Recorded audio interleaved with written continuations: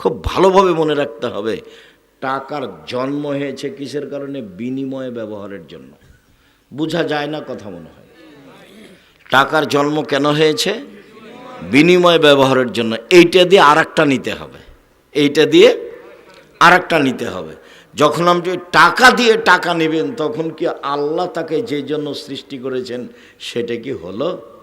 সেটা হলো না, তখন আর থাকতে পারবে না, তখন একদিন না একদিন চলে যাবে। তাই আল্লাহ বলছেন ইয়ামহাকুল্লাহুর রিবা, সুদ মানুষের টাকাকে কমিয়ে দেয়, দান মানুষের টাকাকে বেশি করে দেয়।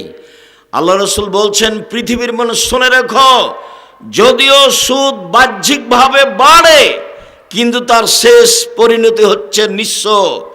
আমি শতদিন বলেছি যে কোরআন এবং হাদিসের সমন্বয়ে ফলাফল হলো যে যারা সুদ খায় তাকে একদিন না একদিন ভিক্ষা করে খেতে হবে, সে মাঠে নেমে যাবে, কোনো পথ থাকবে না। কোটি কোটি টাকা লোন নিয়ে ব্যবসা করতে হবে না। এইভাবে উপার্জনের পথ চারটে: এক, দিনমজুরি, সন্ধ্যায় টাকা শেষ, ঝামেলাও শেষ।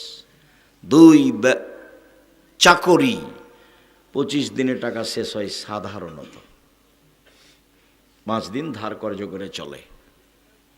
ব্যতিক্রম চাকরি আছে, কিন্তু সাধারণত চাকরির টাকা শেষ হয় কয়দিনে? 25 দিনে। 3, জমি চাষ, সমান সমান না হয় লস, এই হলো জমি চাষের ফল। 4, ব্যবসা। তখন আল্লাহ রসুল বললেন আত্তাজির আস-সাদুক আল আমিন এখনো ইয়ামাল কিয়ামা মা শুহাদা সিদ্দিকুন আল আম্বিয়া, সত্যবাদী বিশ্বস্ত ব্যবসা